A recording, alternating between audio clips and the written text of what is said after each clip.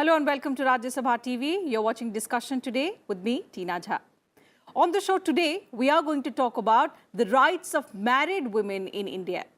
The Karnataka High Court recently held that excluding a married daughter from being considered for appointment to government jobs on compassionate grounds is discriminatory and unconstitutional, while allowing a writ petition moved by a daughter against the denial of appointment on compassionate grounds to her deceased father's job on account of her being a married woman. The court ruled that if the marital status of a son does not make any difference in law to his entitlement for seeking appointment on compassionate grounds, the marital status of a daughter should also make no difference. In fact, the bench noted that marriage does not determine the continuance of the relationship of a child with the parent, whether it's a son or a daughter. The married daughter does not cease to be a part of the family, and law cannot make an assumption that married sons alone continue to be part of the family. That's what the bench observed. So with these pertinent observations, the court also directed the state government to reconsider the claim of the petitioner for appointment on compassionate grounds. On Discussion Today, we will analyze the Karnataka High Court ruling with respect to the rights of a married woman in seeking the benefit of appointment on compassionate grounds. And we'll also talk about the discrimination that married women face even today on the basis of gender. Joining me on the program are Charu Pragya, advocate, Supreme Court, and Ms. Sunita Ojha, women's rights activist. Thank you for joining us on this edition of Discussion Today. Charu Pragya, let's begin the program with your thoughts on the Karnataka High Court ruling that excluding married daughters from seeking benefits of jobs on compassionate grounds is unconstitutional. So, Tina, I don't think it is the law which is discriminatory against women. Rather, it is people in administrative offices who are still stuck in a rut of discrimination and they have not moved beyond that. And that is the main reason why discrimination continues to happen. Our law has been very, very particular in making sure women get the same rights as men. The High Court of Karnataka has passed this order right now, but High Courts of Rajasthan, Uttarakhand, Madhya Pradesh, Chhattisgarh, Himachal, Allahabad High Court in Uttar Pradesh, even Madras High Court in Tamil Nadu, they have passed similar orders, which has gone on to show that our law is making sure that men and women are kept on the same pedestal and equality is achieved. When cases like this come to the forefront, we understand the need to work on the framework of our society. Yes. We understand the need for making sure there is more and more awareness. We also understand that women who are facing discrimination today are many more than those who turn up at the door of the High Court. And the women who do not turn up at the door of the High Court do that many a times because she might or might not be aware of all the various rights that she still holds, even if she is a married daughter or if she is a daughter-in-law of a house. And as the show progresses, and if you will allow me time, I would like to go over a lot of these laws that it's very important all the women in our country know about. Sure, I'll come back to you and also discuss, apart from the laws, about the kind of awareness that married women in our country enjoy about the rights that they're entitled to. But coming to you, Sunita Ojha, even in today's times where, we are seeing that women have broken all barriers, they're excelling in almost every sphere that we talk about, why do women still have to go to courts to, fight against such discrimination, and especially those that are based on gender? In this particular case, we got to know that the discrimination was of such a level that despite being qualified, the daughter was denied the right to seek benefits of the job, which was on compassionate grounds, while the son, who was not qualified, was still being considered for the same. Thank you. I will take from where Charu Pragya ji left. As she said that it's not about the laws only, it's about the people who are implementing these laws. Yes. And that's where the buck stops. You see, as far as the laws are concerned, we see gradually over a period of time, there has been a gradual sort of elimination, removal of, so to say, the discriminations which were existing. So therefore, if you look at this particular case, it is a case of compassionate appointment. Compassionate appointment is, of course, again, it's in the realm of these are discretionary appointments. Over a period of time, there are judgments which has come for every department has to frame rules. So they are governed by their respective rules. Now, these rules are what? They are the reflection of how the society as it exists. Right. So therefore, having a preference to the male child, because it is believed that the male child will go on to look after the rest of the family, the other dependent members, the women in the family, the mother. Now, if you see, there's a very interesting connection. We came, when the law was passed on maintenance of parents and senior citizens, that did not discriminate between a daughter, a married daughter, or a son. All children are responsible. So therefore, with responsibility, if she's also responsible, whether she's married or she's not married, then she also has a right to claim that compassionate appointment, which under the rules of the state government should, or it has to go to the either the legal heir or the dependent children. So therefore, you see, at somewhere in the process of implementation of these laws, we sort of, we lose track. And sometimes bureaucracy tends to think in a very straitjacket, very limited manner of going by the words and not by the spirit. And this is a classic case of that. And that is how women women in this case, she went to the court and court gave a ruling in her favor. Now, if we do this is going to open up areas for others to, before they consider rejecting an application like that, they would think 10 times. Yes. And as Charu Pragya ji pointed out, it's not just the Karnataka High Court. There are high courts and courts after courts which has given this sort of an order in favor of women. So on the one hand, it is important that these kind of orders get more and more publicized. Women realize their rights and they claim it. So, going to the court is a process of claiming those rights.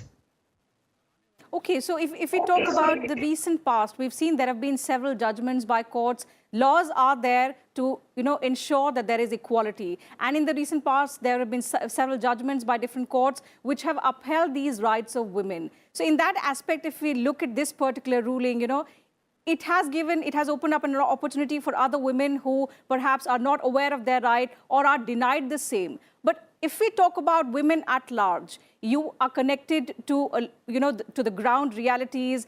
Considering that ours is a very, very deeply rooted patriarchal society, do you expect the women to actually be aware of the so many rights that they're entitled to?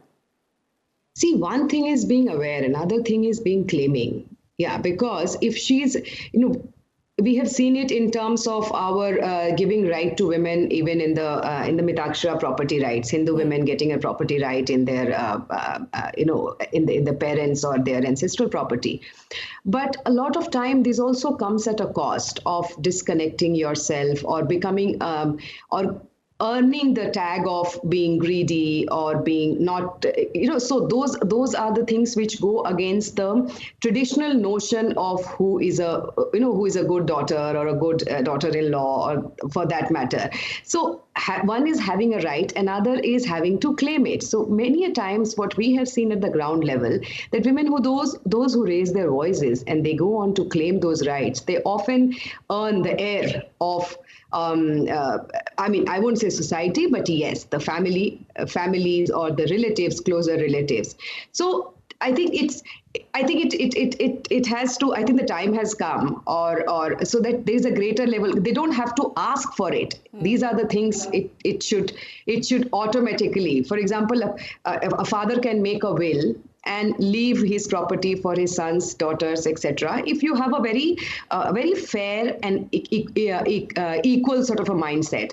But if you don't have that sort of a fair and egalitarian state of mindset, then you will tend to think that, yes, it should go only to my son. So you see that transformation, the legal, what has been articulated, crystallized in terms of the legal rights, actually becoming available to women at the ground level, without putting a fight for it, or without earning a bad image, so to say, for themselves. That is the journey that still needs to be covered. Yes, Charu And Pragya, you agree that the law provides them, the law grants them these rights, but women don't claim it more often, because if they do, they are tagged as home breakers. Perhaps this could also lead to a rift in their household, which the women don't want. And, to ensure peace in the household, they refrain from exercising their right? I'm in complete agreement with my co-panelist today.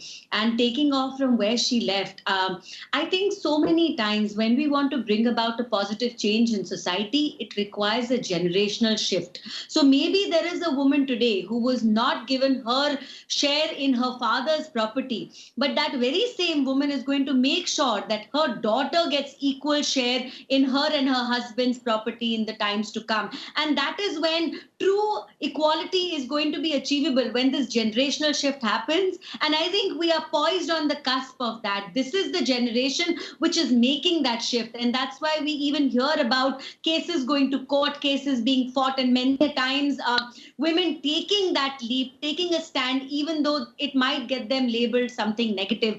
And as we've already spoken about the courts have kept a very unanimous stand in supporting women's rights and making sure that most of the dignity and respect which is available in our country is gender neutral.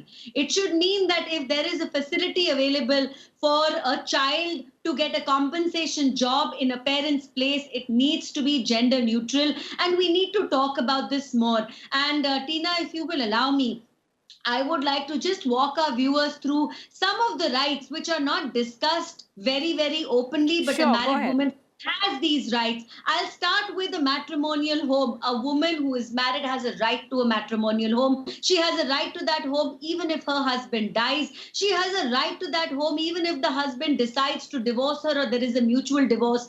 And till the husband cannot provide an alternate accommodation to her, she has all the rights to remain in that very same household. I have seen many a times women go to police stations and they say, I was kicked out of my house. Well, nobody can kick you out of your own marital home. The second thing is property. We have been talking about property, inheritance. A woman has as much right to inheritance as a son does, as a man does. The right to report domestic violence. Women take on much more than they need to. There are provisions in place constitutionally, legally, which will protect them. And she does not need to put up with domestic violence. And a pertinent point to note is domestic violence is not simply physical violence. It amounts to mental cruelty. It's emotional cruelty. It is sometimes being unfair financially. And all these things together form a part of domestic violence. Married women have a right to abortion. And this has been given to them in law. So if there is a time when they feel that they are not ready to be a mother, they do not have to go through a pregnancy which they think they cannot deal with at that point of time in their lives, and they have a right to go in for an abortion. We all know about the divorce laws, so I'll not get into those in more detail. Women have a right to seek maintenance and alimony if there is a divorce, and this is unanimous. All men are supposed to provide for wives even after divorce in a manner which they were accustomed to while they were married. So if he's living in a comfortable house, he cannot shunt his lady out after a divorce and say that you don't need the same level of maintenance that you had while you were married. There is a lot of talk around maternity benefits after you are married. If you have a job, the government makes sure that you have maternity benefits, 26 weeks of paid leave, and no company, no employer can take that away from you. It is your right. You have to stand up for it to pave the way for the other generations, for other women to follow in your footsteps and make life easier for them. I will very quickly mention the last few. Stridhan, anything that is gifted to you at the time when you get married, all the jewelry which is given to you, even by your husband's side of the family, belongs to you. It is your Stridhan. A broken marriage does not mean this Stridhan can be taken away from you. Okay. You have as much right to live a life of dignity and respect as any man does. And it's amazing when I see women stand up for these rights, because these are path breakers, these are torch bearer women who make the way for others to follow through. Sunita Ojha, so quite a number of rights that have been put at the forefront by Charu Pragya. But my question is about its implementation. The law is doing its course. The law is not discriminating. The law is putting both man and woman at an equal pedestal. But we are still seeing women, maybe they're not aware of their rights. And again, brings me to the same question, that the deep-rooted patriarchal mindset that our society is an example of, how acceptable are these laws even today in our social fabric? You see, Tina ji, one thing that I want to say, the reality of India is at the same time we have India, we have Bharat. And so if you look at the entire country, there are different social groups, there are different socio-economic groups, there are different regions, there are different, the society is, it's diverse. So while some women have access to education, some women have access to best of the employment opportunities. They are in a privileged position to so to say. But there are majority of them who still do not have access to good education, good employment opportunities.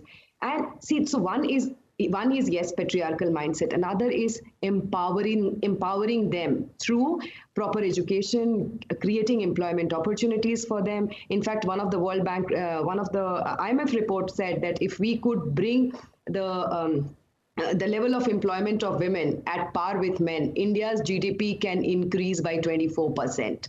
And I'm happy that the Charuji brought that point about the maternity relief. Maternity relief is it's a big breakthrough because that is one of the glass ceiling. Women take a break, take a back seat when it comes to giving birth to their child. But that the security which has been created by the Maternity Benefit Act and with the amendment in the Maternity Benefit Act, it actually enables women to come back to the job. But again, I would add a caveat, but this is there's a large number of women who are employed in unorganized sectors. So you see, so therefore one, of course, the mindset has to change because the mindset has to be more accepting of what we have reached, where have we reached in terms of the legal developments, jurisprudential developments in the country. On the other hand, women, in terms of enabling infrastructure, in terms of education, in terms of more employment opportunities, in terms of creating employment avenues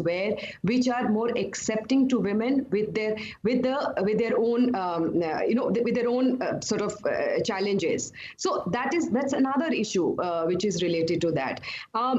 Now you see, legal reform, it plays like a two ways. Like one is, of course, when we always demand that we need law, we need changes in the law to bring about, but it can only trigger. The ultimate, eventual, and fundamental change will happen when the society will change fundamentally. Indeed. And that's where your issue about the patriarchal mindset comes. That mindset about that. I don't even want to get into the notions of patriarchy and non-patriarchy. I'm only talking about, let's look at the Constitution, which gives an equal right to every woman, and therefore create that infrastructure, make it possible. So, you see, so there are a lot of things that needs to be done before all these rights which have been given becomes actual, becomes real, and becomes realizable for each woman in this country. Charu Pragya, if we talk about implementation, you spoke of several laws, about more than a dozen laws that you pointed out that grant several rights to women. But when we talk about their implementation on ground, there are several gaps. How can these gaps be filled? So, Tina, I did mention that many a times it takes time for a law to become commonplace. It takes time for people to understand that there are protections in place to take care of you and you can activate them if you ever need to. But the reality is very, very different. And Sunita ji is right. It's very different in cities. It's very different in educated families. And many a times in rural India, in places where education is not as common stream, it becomes difficult for women to speak up and stand up for their rights. But many a times they do not not even know they have these rights. Yes. So this is the time where we need to work on awareness. This is a time where we need to make sure every girl child going to school is made aware of the rights that she has. When every child who passes out of school and goes to university to study further is made aware of the rights she has, and not just the child.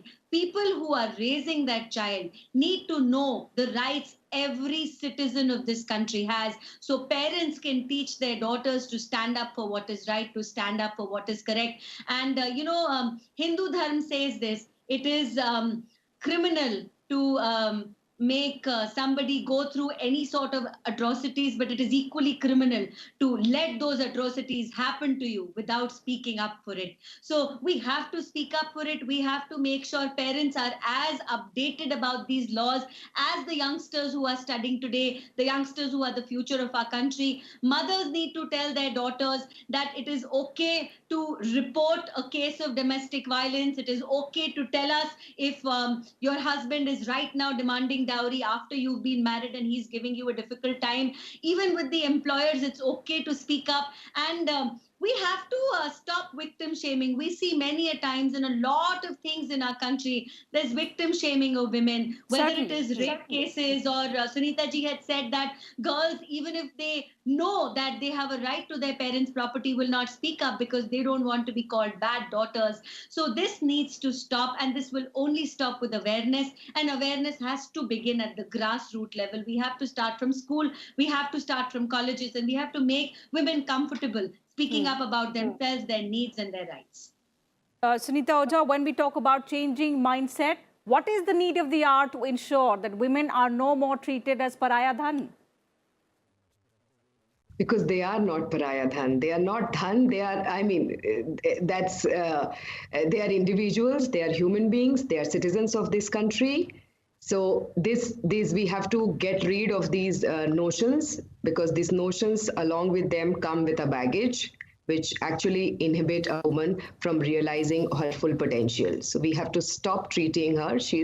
In that sense, our generation has been a beneficiary of a lot of progressive parents who invested in their daughters, who sent them for education, and in many colonies, in many cities, in many kasbas, you have so many of these local icons who have come forward, whether it is a sports or whether it is politics for that matter, or medical engineering, who are inspiring many others. So that is how the mindset is changing. But I would not stop just by saying that the women's mindset has to change. It is also time for the men to change, because the women, their aspirations, their everything is changing so fast, and men has to catch up to be able to live with these women who are self-respecting. So and they have to become a partner in the development, whether it is at the smaller level, I would say family, and at a larger level, society. So these rights are not vis-a-vis a man or a vis-a-vis somebody who is standing there to snatch all the rights. These rights are for everybody to live peacefully and coexist without really exploitation. So I think women have, in last 3-4 decades, we have seen women emerging immensely.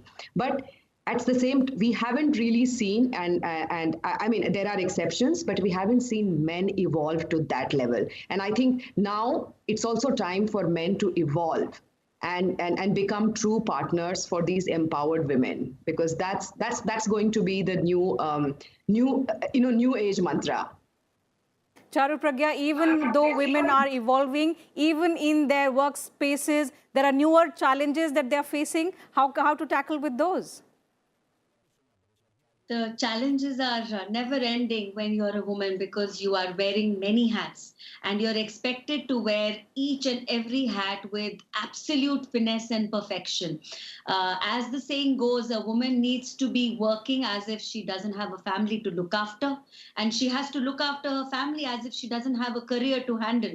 And sometimes that's a lot of weight for an individual to carry, and this weight can only be lightened by the rest of society.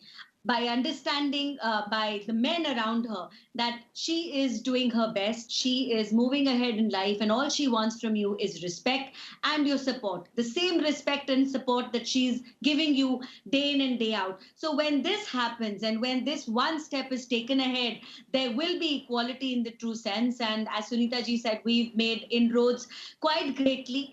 But we really need to do more. We have to move ahead at a faster pace to achieve gender neutrality. Definitely. That's going to happen, like I said, with awareness programs, by talking to not just girls, by talking to boys as well, by making sure parents become a part of these awareness programs. It's not sufficient to just go to a school and speak to the children there.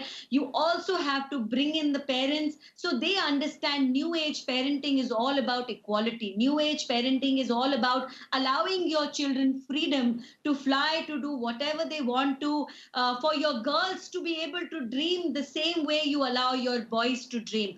And I don't think that day is very far. There are very many people who are doing fantastic work on ground. Our courts have stood by us.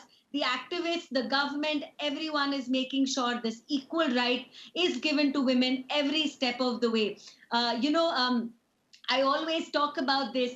Girls have had a very difficult life from the minute they come into their mother's womb. There is female infanticide. So the struggle begins all the way from there and till the end of their lives. But they have learned to cope with it, and they have made great inroads, and they have been empowering others. One more very important thing I want to say here is when we are trying to bring about a change for one gender, which has been left behind for a very long time. There has to be a sisterhood. There has to be women holding each other's hands and pulling them up, not pulling them down. So mother-in-laws need to understand that your daughter-in-law is as precious as your daughter. You need to help her, because if you don't, who will? And once this sisterhood forms and the chain moves ahead together, there's no stopping them. Definitely. We are all hopeful that gender neutrality is going to become a reality very, very soon. Gender equality is very important for countries to prosper, for the world to prosper. On that note, I'll have to call it a wrap on this edition of Discussion Today. Thank you to both my guests, Charu Pragya and Sunita Ojha, for joining us for this very, very enlightening discussion on Rajya Sabha TV. Pleasure having you on the program. So that's it from us on the program this morning. You can also watch our program on YouTube, just in case you've missed the television broadcast. And you can also write to us with your suggestions and feedback as well. Thank you very much for your time.